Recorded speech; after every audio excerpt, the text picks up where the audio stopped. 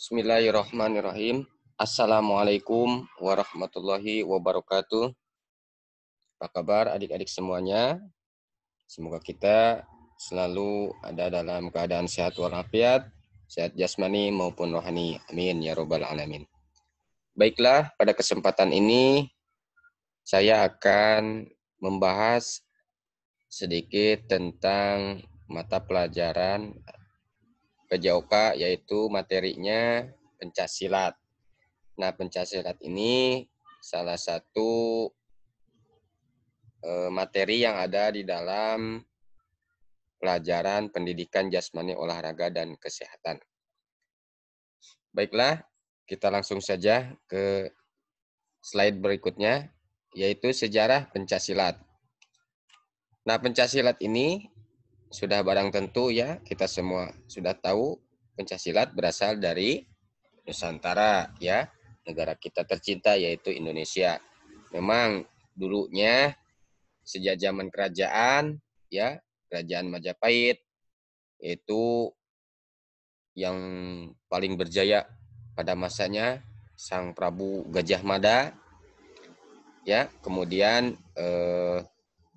sampai ke Pajajaran, daerah Pasundan ya, di sana ada Prabu Siliwangi, hingga ke masa penjajahan kolonial Belanda. Nah, di sana ada Si Pitung. Nah, ini merupakan contoh kecil ya, sebagian dari para pendekar yang dulunya sakti mandraguna lah, boleh dikatakan seperti itu. Karena memang dulu itu pencaksilat kental dengan tradisional ya. Jadi kental dengan karismatik begitu ya. Nah, kemudian pada tahun 1948, istilah pencaksilat dikenal di Nusantara dan menjadi pemersatu bangsa ya. Berbagai aliran seni bela diri tradisional di berbagai wilayah Indonesia. Kemudian istilah pencaksilat itu ya diambil dari dua kata. Yang pertama adalah penca, yang artinya lebih mengedepankan unsur seni dan keindahan gerakan. Nah, istilah penca ini sering digunakan di daerah Jawa, ya, khususnya di Jawa Barat, Jawa Tengah maupun Jawa Timur. Kemudian yang kedua adalah silat. Nah, kata silat ini merupakan inti ajaran bela diri dalam pertarungan. Sedangkan istilah silat ini sering digunakan di daerah Sumatera, Semenanjung Malaya, dan Kalimantan. Kemudian pencaksilat berkembang ke seluruh wilayah Asia Tenggara, ya, seperti ya rumpun Melayu, Malaysia, Singapura, Brunei Darussalam, Filipina, Vietnam, Thailand, hingga ke Eropa, bahkan mancanegara ya, sudah diresmikan sebagai cabang olahraga di berbagai event internasional seperti SEA Games, ya, Asian Games, dan Olimpiade. Pada tanggal 13 Desember 2019, UNESCO menetapkan pencaksilat sebagai warisan budaya tak benda dunia dari bangsa Indonesia. Jadi pencaksilat itu sudah diakui oleh UNESCO. Jadi tidak bisa diklaim oleh negara manapun ya. Itu hak paten dari warisan budaya Indonesia. Selanjutnya, nah ini merupakan contoh sebagian kecil para pendekar zaman dulu ya. Sini ada tampak Gajah Mada. Mungkin saya juga tidak tahu seperti apa aslinya ya. Ini hanya gambaran. Prabu Gajah Mada ini sakti mandraguna dulu karena dia berkuasa di kerajaan Majapahit. Kemudian di sini ada Prabu Siliwangi, itu kerajaan Pasundan ya, wilayah Jawa Barat kalau sekarang. Dan ini juga sama dulunya karena sakti mandraguna. Kemudian di sini ada Si Pitung. Nah, mungkin ini sudah masa apa namanya? Tahun-tahun lebih dekat. Karena banyak dulu ada filmnya ya. yang terkenal di Si Pitung, jagoan dari Betawi. Ini juga pada era kolonial Belanda. Tapi masih banyak juga para pendekar-pendekar yang tidak bisa ditampilkan satu persatu, saking banyaknya, ya dari mulai para pahlawan, semacam Diponegoro, kemudian dari wanitanya juga ada, Cut Nyadin, Cut Mutia, dan sebagainya. Itu juga sama para pahlawan, para pendekar-pendekar zaman dulu untuk mempertahankan kemerdekaan negara Republik Indonesia. Bahkan dari para ulama, para santri pun ikut memperjuangkan kemerdekaan ini.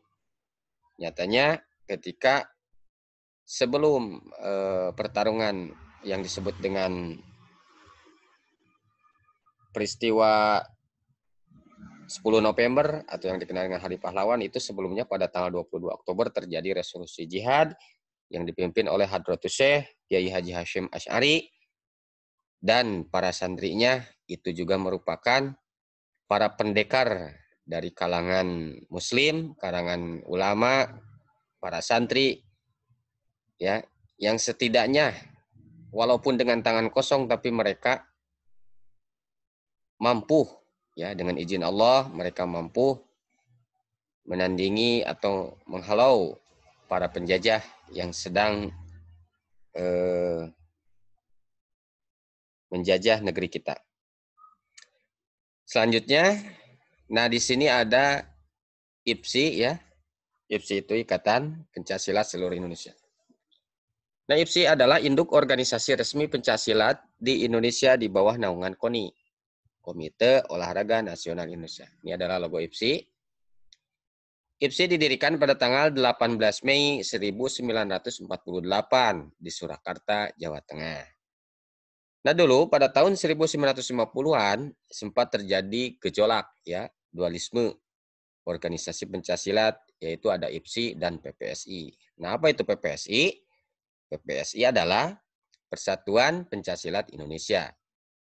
Nah, PPSI ini lahir karena ada gejolak pemberontakan DITII pada waktu itu, yaitu di wilayah Bandung dan sekitarnya atau wilayah Jawa Barat. Sehingga para perguruan-perguruan dan pendekar-pendekar ingin bersatu untuk melawan para pemberontak tersebut. Sehingga membentuk suatu wadah, yaitu Persatuan Pencaksilat, yang dimana anggotanya kebanyakan dari paguruan atau perguruan yang ada di wilayah Jawa Barat dan sebagian Jawa Tengah bagian barat.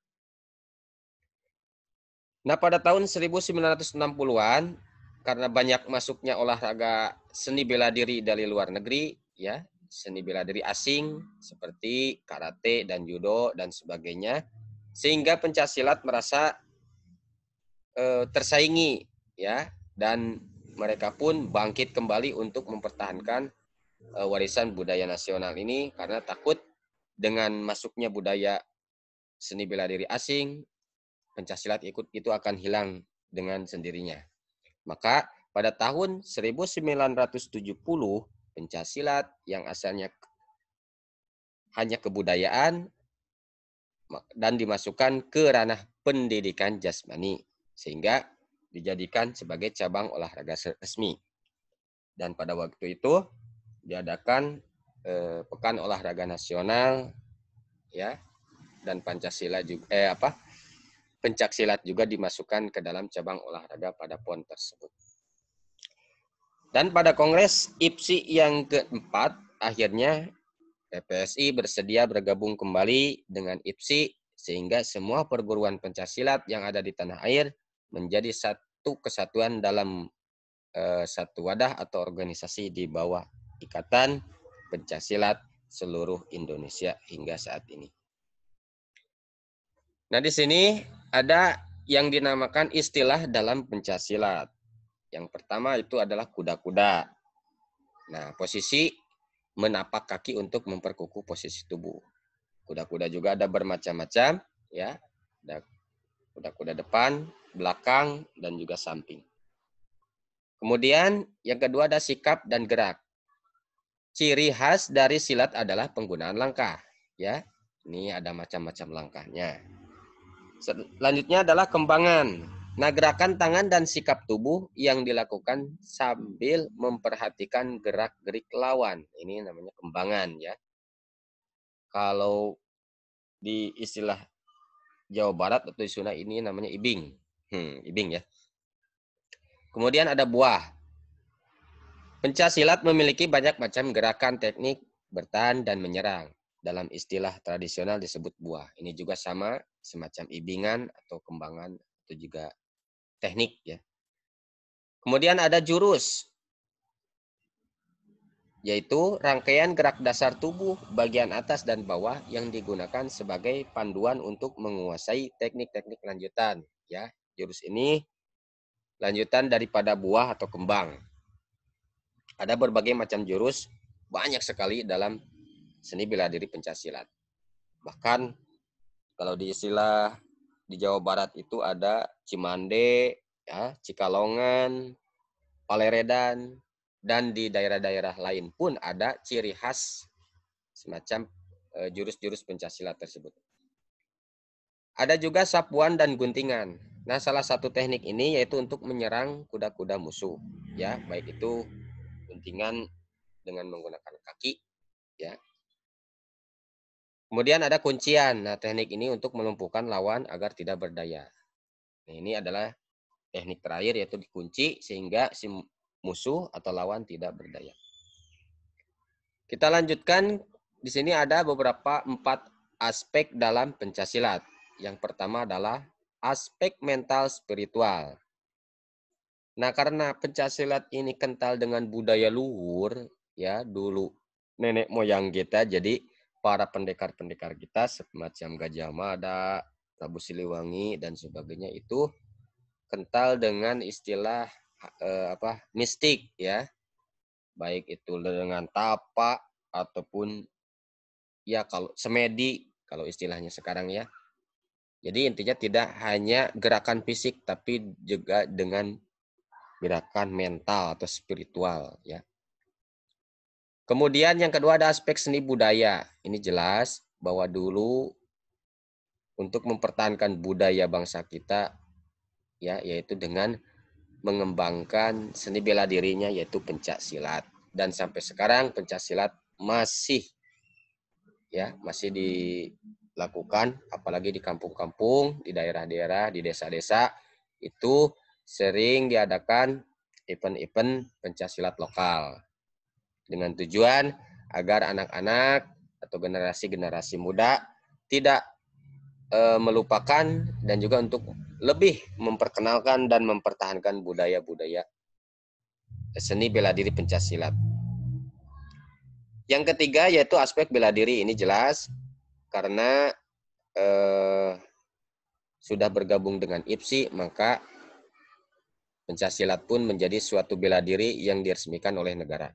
Dan yang keempat yaitu aspek olahraga. Ini juga sangat jelas, yaitu cabang olahraga yang sudah diresmikan dan dipertandingkan dalam event-event nasional maupun internasional cabang olahraga pencaksilat.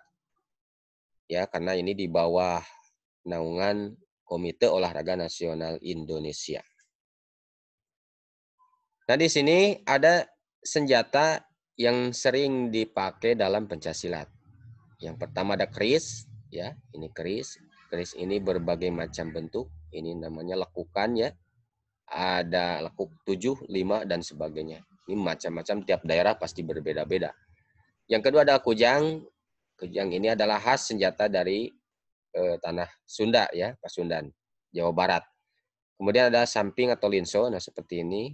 Kemudian ada galah, ada cindai, ada tongkat atau toya, nah seperti ini ya.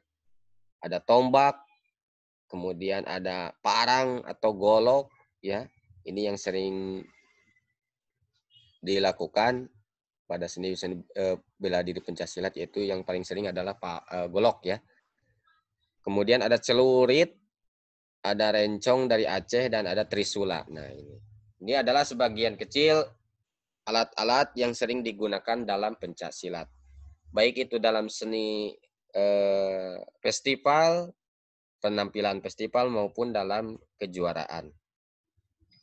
Selanjutnya, tingkatan dalam pencaksilat ada 4 tingkatan. Yang pertama adalah pemula.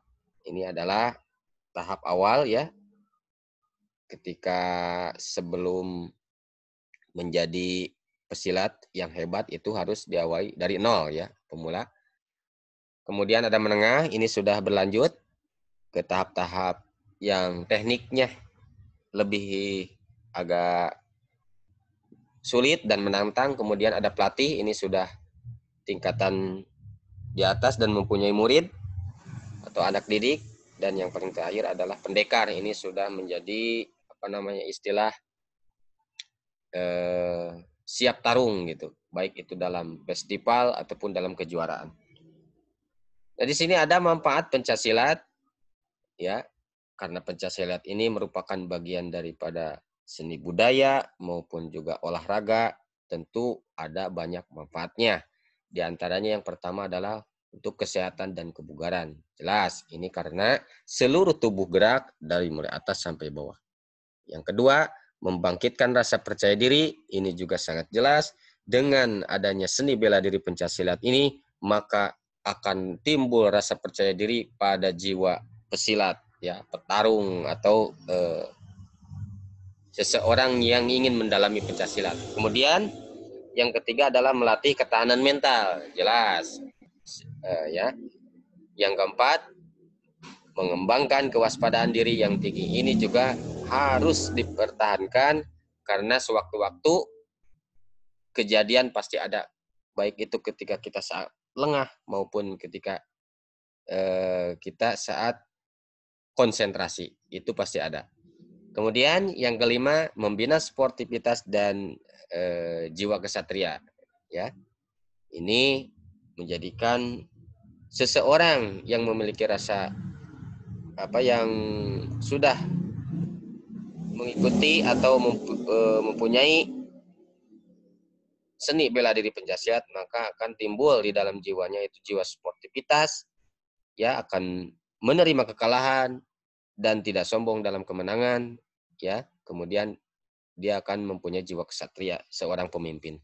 Dan yang keenam adalah disiplin dan keuletan yang lebih tinggi, ya.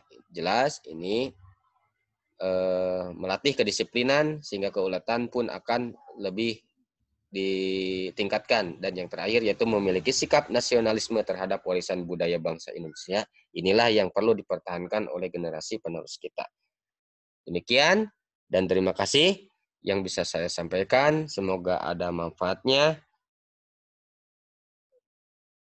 Wallahul muwaffiq ila aqwamit thoriq. Wassalamualaikum warahmatullahi wabarakatuh.